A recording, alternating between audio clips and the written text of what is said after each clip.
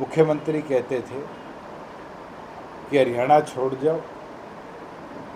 आज उन्हीं गुंडा तत्वों ने मुख्यमंत्री को जवाब दिया है और जवाब भी प्रदेश के अंदर जिस तरह के क्राइम हुए ये दर्शाता है कि पुलिस प्रशासन का कंट्रोल इसके ऊपर से पूरी तौर पर समाप्त है। हुड्डा साहब को परेशान होने की ज़रूरत नहीं है, ये तो बीजेपी की शय में आज तक बचे हुए हैं। गुड़गांव का इतना बड़ा डीएलएफ लैंड स्कैम था, इनेलो और कांग्रेस तो अंडरग्राउंड मदद में थी। पहले तो जो प्रदेश के आज हालात हैं,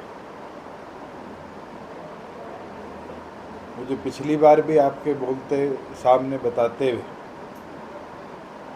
बड़ा दुख हुआ था कि आज लॉ एंड ऑर्डर सिचुएशन प्रदेश की पूरी तरह तराई तराई हो चुकी है और पिछले 10 दिनों में 11 ऐसी वारदात प्रदेश के अलग अलग कोनों में हुई है जिसके अंदर साफ दिखता है कि प्रदेश का लॉ एंड ऑर्डर पूरी तौर पर समाप्त हो गया। और वो क्षण भी याद है जब प्रदेश के अंदर इस तरह की घटनाओं पर मुख्यमंत्री कहते थे कि हरियाणा छोड़ जाओ।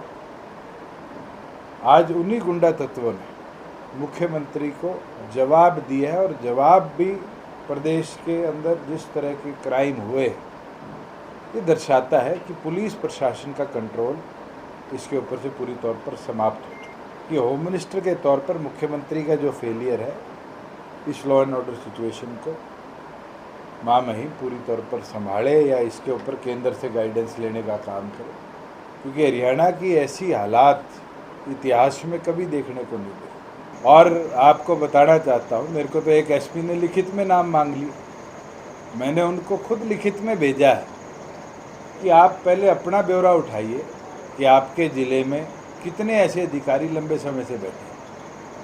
आज ये काम हमारा नहीं है कि हम एक अधिकारी का नाम लें, ये काम पुलिस का है, इन्वेस्टिगेट करिए। मैं तो आपको इतना ही बता सकता हूँ कि जब अम्बाड़ा यमुनानगर में हूच हुई थी, 12 लोग मरे थे नकली शराब के सेवन से, उस समय तो साफ हो गया था कि एक डिप्टी सुपरिटेंडेंट जेल का इन्वॉल्व था जो अंदर से गैंगस्टर से फ़ोन करवाता था। क्यों नहीं उसको आज तक उसके खिलाफ एक्शन लिया गया, क्यों नहीं उसको सस्पेंड किया गया? जब आपने उसको गवाही के लिए थाने में बुला लिया, उसके बयान ले लिए, तो उसके खिलाफ क्यों नहीं सरकार ने कार्रवाई की? और मेरे से ज़्यादा तो सोशल मीडिया पे आपने पढ़ लिया होगा कि किन किन पुलिस वालों के नाम आए थे। तो ऐसे तो उनको और मौका दिया जा रहा है, उनके नाम उजागर ना करके उनको और मौका दिया जा रहा है। सही समय पर उनके भी नाम दे दूंगा, आप चिंता ना करें। बड़ी राजनीतिक चर्चा हुई, आप अचानक दीपेंद्र हुड्डा से मिलने के लिए पहुंचे थे, क्या वजह थी? क्योंकि राजनीतिक व्यक्ति देखिए, मेरे ग्रैंडफादर की डेथ हुई, ग्रैंडमदर की डेथ हुई, वो हमारे यहाँ दुख प्रकट करने आए। उनकी दादी जी की ताई जी की डेथ हुई, मैं उनके घर चला गया। मुझे नहीं लगता कि सोशल स्ट्रक्चर जो हमारे समाज का है उसमें सुख में ना जाओ, दुख में तो हम जरूर जाते हैं। भूपेंद्र सिंह हुड्डा ने बोला है कि हमारे जैसे रॉबर्ट वाड्रा को परेशान किया जा रहा है, वैसे मुझे भी परेशान किया जा रहा है, क्योंकि हुड्डा साहब को परेशान होने की ज़रूरत नहीं है, ये तो बीजेपी की शय में आज तक बचे हुए हैं। अगर भारतीय जनता पार्टी उनको शय ना देती और सुप्रीम कोर्ट के ऑर्डर अनुसार एमएलए एमपी को 1 साल में ट्रायल कंप्लीट करने के जो आदेश है, अगर एक केस एसोसिएटेड जनरल लिमिटेड वाला जो अखबार कांग्रेस पार्टी का है उसमें 4 गवाह हैं मात्र, कोई 200-500 लोगों की गवाही भी नहीं ले, उसकी गवाही करा दे तो आप खुद कहेंगे आदमी परेशान नहीं हो। भूपेंद्र सिंह हुड्डा को आप बार बार ये कहते हैं वो बीजेपी की वजह से बचे हुए, लेकिन आप जनता के सामने वो चीज़ क्यों नहीं? अरे मैं तो बीजेपी के साथ अलायंस में था, खुल के तो था। इनेलो और कांग्रेस तो अंडरग्राउंड मदद में थी। आपने खुद प्रूव कर दिया इसको। तो सिरसा के अंदर किस हिसाब से बीजेपी ने कैंडिडेट विड्रॉ करे, समर्थन दिया, और आप खुद देखो आया हुआ राज कांग्रेस ने ना खोया हो। इसका जीता जागता उदाहरण अगर मैं कहूँ तो हिसार, भिवानी, आपके दादरी, जींद, सोनीपत, ये 5 जिले तो रोहतक के सराउंडिंग के हैं।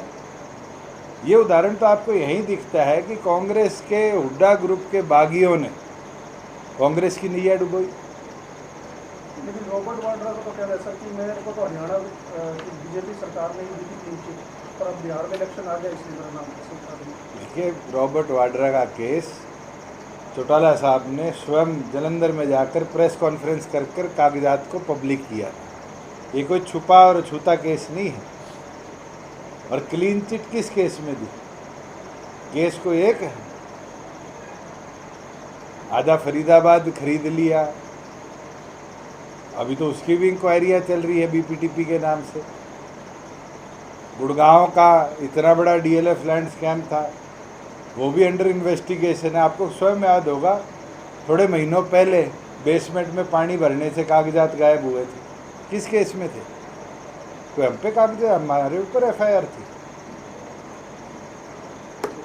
अभी एक नया इशू आया है बीपीएल कार्ड करने का, और उसमें आरोप लग रहे हैं कि चुनाव से पहले लोगों को वोट का झांसा दे करके इस तरह से बनाएगा और चुनाव के बाद वो काट दिए गए।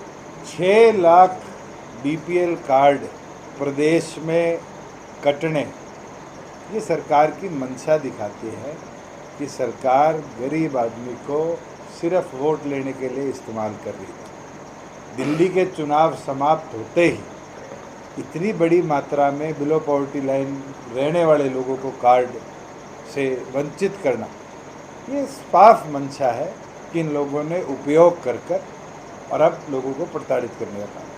वो जो पहले बने थे, क्या क्योंकि आप सत्ता में थे तो पहले बने थे, तो क्या वो चुनाव के लिए बनाए गए? देखिए, हमने तो मैकेनिज़्म बनाया था और 1,20,000 से उसको 1,80,000 किया था। पूरे देश में इकलौता हरियाणा प्रदेश है जिसके अंदर बिलो पॉवर्टी लाइन सीमा जो है वो 1,80,000 की इनकम पे होती है। और उस समय पीपीपी कार्ड भी बना, पीपीपी वेरिफिकेशन भी हुई। मनोहर लाल जी ने कई तरीके से रीवेरीफाई करा और उसके बाद इतनी बड़ी मात्रा में बीपीएल कार्ड बने। आज सैनी साहब ने तो साफ दिखा दिया है कि उस गरीब आदमी को जिसको सरकार ने कोई सुविधा दे रखी थी, आज वंचित करने के लिए ये कदम उठाया।